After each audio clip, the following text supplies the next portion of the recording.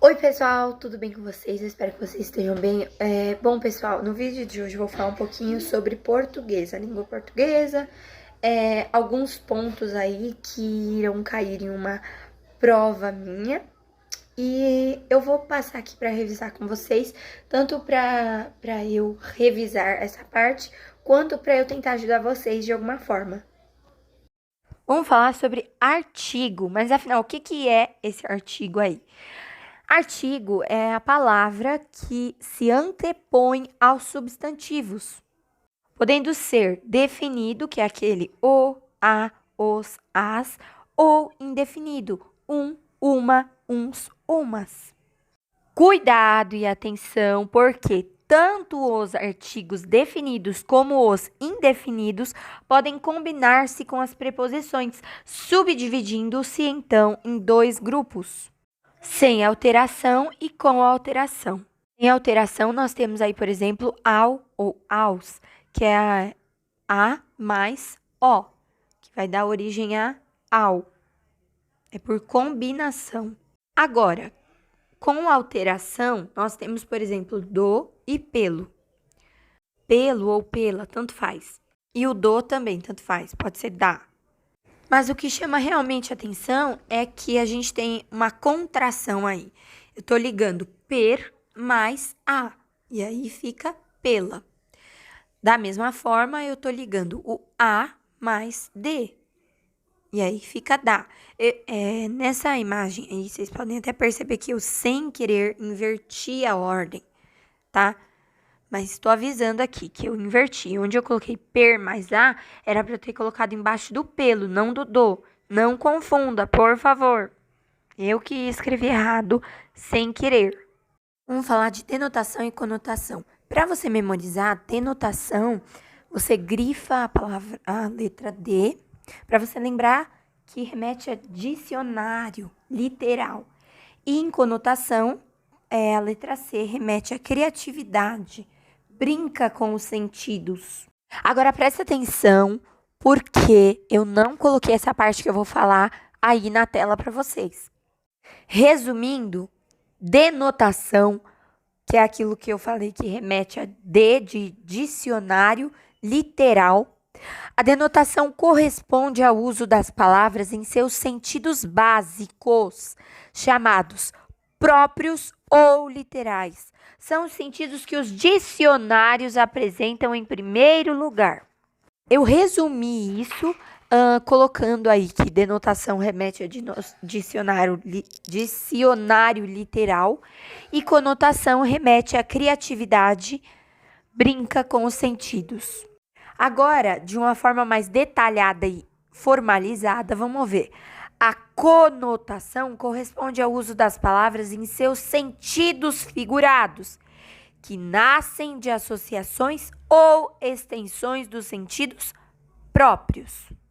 Bora falar de numeral? Beleza, tamo junto. O numeral acompanha o substantivo.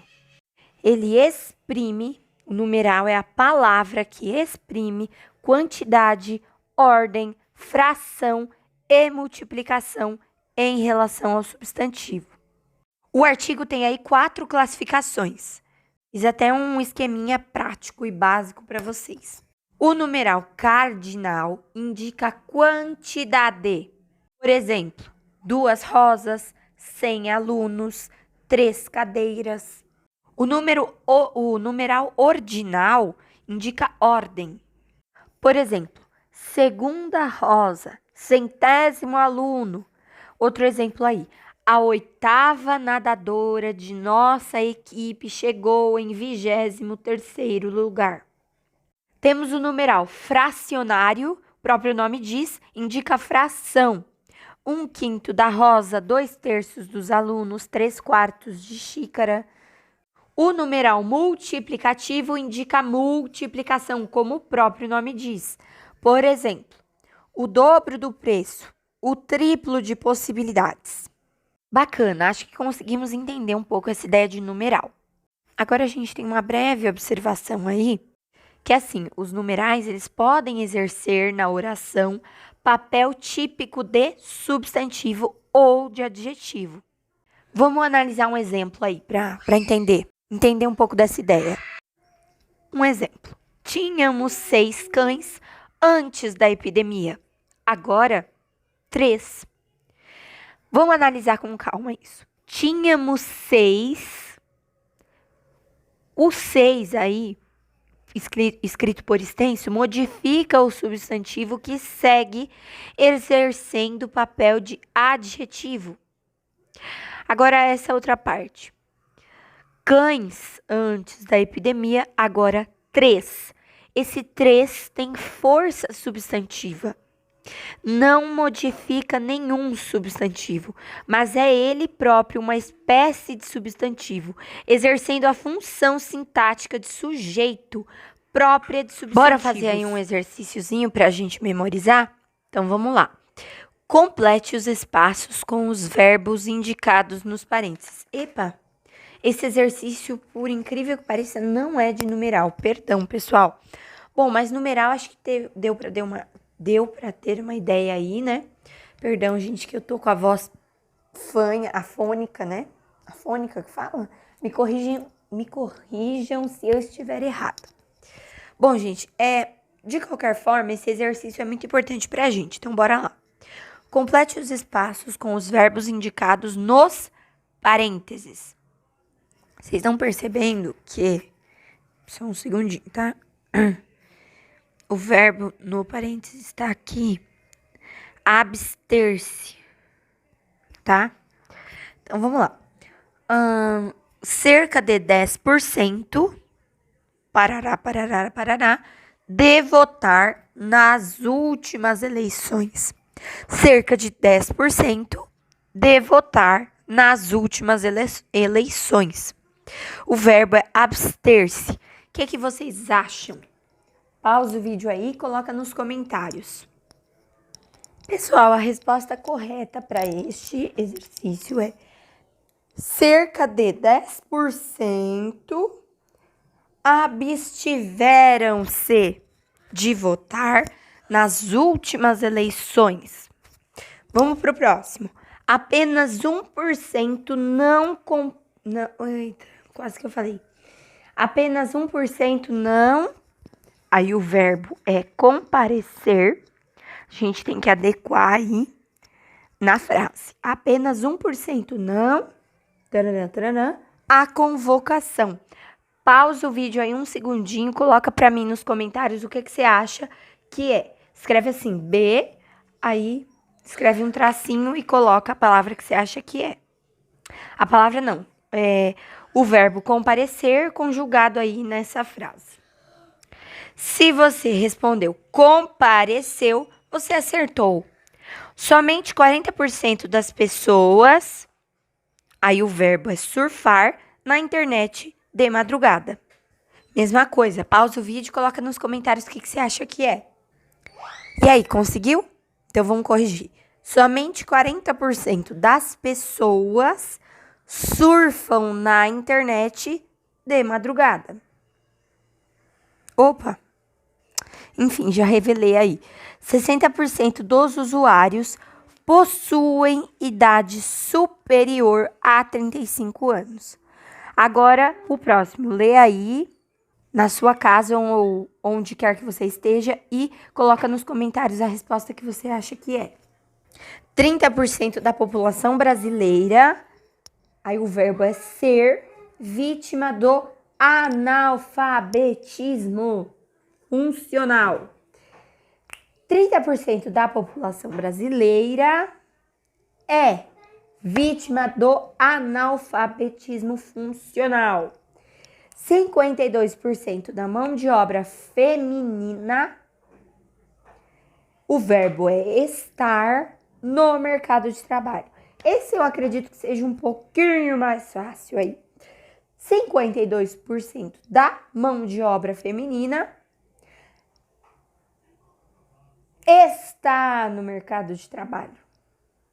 Vamos falar agora de recursos expressivos na descrição. Temos aí metáfora. Vamos começar pela metáfora. Metáfora é uma comparação abreviada de ordem pessoal e subjetiva. Por exemplo, foi um rio que passou em minha vida. Temos aí uma comparação abreviada de ordem pessoal e tá subjetivo. Agora vamos falar de comparação. Não confunda metáfora, que é uma comparação abreviada de ordem pessoal e subjetiva, com a comparação. Não confunda. Comparação é o quê? É quando você estabelece uma similaridade. Por exemplo, amou daquela vez como se fosse a última. O que tá dando a ideia aí de comparação pra gente? O que pode ajudar? Esse como, amou daquela vez como se fosse a última. Outra frase para ajudar a gente. A felicidade é como a pluma. Vamos falar de catacrese. Catacrese é a figura que consiste em usar um vocábulo com sentido inadequado, em virtude da inexistência de palavras que com precisão designem os seres referidos. É uma figura de linguagem basicamente que se fossilizou, vamos dizer assim. Ai, não entendi esse troço não. Tá bom, vou te dar exemplo. Exemplos: amolar a paciência, barriga da perna, cabeça de alho. O que tá aí nesse cabeça de alho que é a catacrese? A cabeça, porque o alho não tem cabeça. A gente fala porque é uma catacrese, é uma figura de linguagem. Cabeça de alho, dente de alho, a mesma coisa. Língua de fogo, perna da mesa. Temos aí a prosopopeia ou personificação, que é a metáfora que consiste na atribuição de características humanas a seres inanimados. Por exemplo, sinto o canto da noite na boca do vento. Sinestesia é a metáfora que consiste na fusão de duas ou mais impressões sensoriais. Por exemplo, perfume doce. Perfume tem relação com olfato e doce com paladar. Onomatopeia é a figura que consiste na sequência de sons que dão uma ideia exata ou aproximada do objeto ou ação representados. Por exemplo, sino de Belém, bate bem, bem, bem. Bom, pessoal, eu espero que vocês tenham entendido tudinho. Assim, uma dica para vocês: prestem atenção em texto, na hora de interpretar texto. Interpretação de texto é tudo, gente. Prestem muita atenção. Isso é a parte primordial. Presta atenção no contexto.